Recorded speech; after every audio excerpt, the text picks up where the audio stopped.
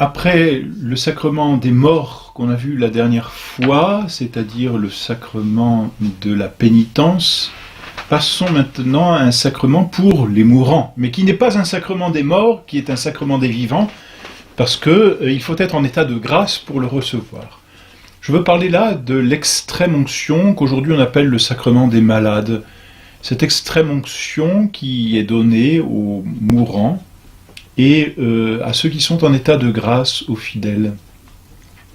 L'extrême-onction est le dernier des sacrements pour les individus. Il nous restera ensuite deux autres sacrements, l'ordre et le mariage, mais qui sont les sacrements ordonnés à la société. Qu'est-ce que l'extrême-onction ? Eh bien, c'est un sacrement qui soulage l'âme et le corps des malades. Comme tout sacrement, il a été institué par notre Seigneur Jésus-Christ, mais alors là, il est difficile de savoir quand notre Seigneur l'a institué, parce que l'on n'en a pas de trace directement dans les évangiles. Probablement a-t-il été institué après la résurrection de Jésus. En tout cas, on en a une trace très claire, c'est dans l'épître de Saint Jacques, ça ne fait aucun doute. Et puis le Concile de Trente, n'est-ce pas, l'affirme, et c'est de foi. C'est un sacrement, un vrai sacrement, institué par notre Seigneur Jésus-Christ. Donc vous voyez, là on a un cas typique où on a une trace bien sûr dans l'épître de Saint Jacques, donc dans les Écritures, mais aussi c'est une affaire de tradition à proprement parler. C'est un sacrement qui soulage donc l'âme et le corps des malades. On l'appelle l'onction parce que le prêtre fait une ou des onctions, et on l'appelle extrême onction parce que c'est la dernière onction que le prêtre fait avant la comparution devant le tribunal de justice, c'est-à-dire avant la mort. La première onction est réalisée lors du baptême, la deuxième c'est à la confirmation, nous l'avons déjà vu, et cette troisième onction, ou quatrième pour le prêtre, dernière onction, disons, c'est l'extrême onction, ce sacrement de fin de vie, on peut dire. C'est un sacrement qui n'est pas nécessaire de soi. Vous voyez, le baptême est nécessaire. Celui qui n'est pas baptisé ne peut pas aller au ciel. En revanche, celui qui ne reçoit pas l'extrême-onction peut aller au ciel tout de même, n'est-ce pas ? C'est pas un sacrement qui soit si nécessaire qu'il l'empêche d'entrer au ciel.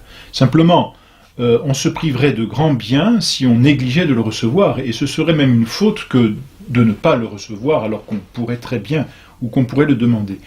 Quoiqu'il soit toujours délicat de demander l'extrême-onction, puisque, on le sait bien, quand le prêtre vient porter ce sacrement, c'est précisément que la fin de la vie ici-bas arrive, le début de la vie éternelle aussi arrive, c'est le côté plus réjouissant, mais plus délicat et difficile pour nous, pauvres pécheurs et pauvres mortels.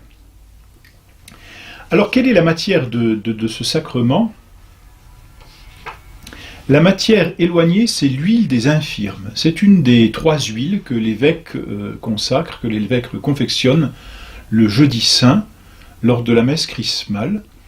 Et cette huile des infirmes, donc c'est l'huile que le prêtre utilise pour faire les onctions des malades.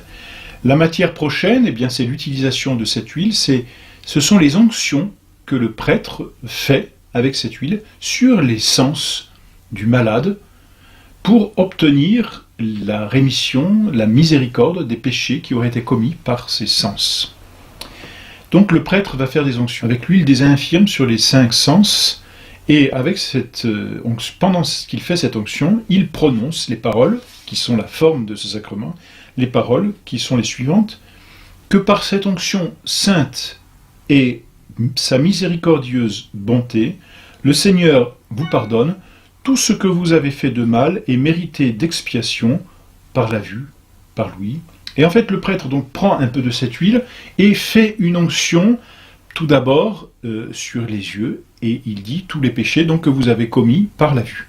Puis il redit la même formule et fait des onctions, cette fois sur les oreilles, puis sur les narines, puis sur la bouche, puis sur les mains, puis sur les pieds si c'est possible, en demandant à chaque fois de la miséricorde de Dieu pour les péchés qui ont été commis donc par la vue, par l'ouïe, par l'odorat, par le goût, par la locution, par les mains, par les pieds. C'est-à-dire comme chaque fois qu'on s'est rendu dans des lieux inconvenants, par exemple. Voilà. Et le prêtre donc fait ses onctions, c'est vraiment l'essence même de ce sacrement, et en même temps qu'il fait les onctions, eh bien, il prie pour que la miséricorde de Dieu intervienne dans cette âme. Il est indubitable que toutes les personnes qui ont reçu ce sacrement le disent elles sont installées dans une grande paix intérieure. C'est indubitable. Tant qu'on ne l'a pas reçu, on ne se rend peut-être pas compte, mais le prêtre et tous les prêtres qui ont tant étant donné ce sacrement peuvent le dire et peuvent témoigner. Les personnes disent le soulagement qu'elles ont d'avoir reçu ce sacrement, et elles se disent prêtes à mourir. Ça, c'est absolument incroyable. La mort, qui a quelque chose d'effrayant et d'inconnu pour chacun d'entre nous, est rendue plus douce, et pas forcément plus agréable, mais en tout cas entrevue avec beaucoup plus de force, et en même temps de joie, on peut dire certainement de paix, par ce sacrement. C'est un sacrement qui établit l'âme dans la paix. Le ministre de ce sacrement, c'est le prêtre, tout prêtre.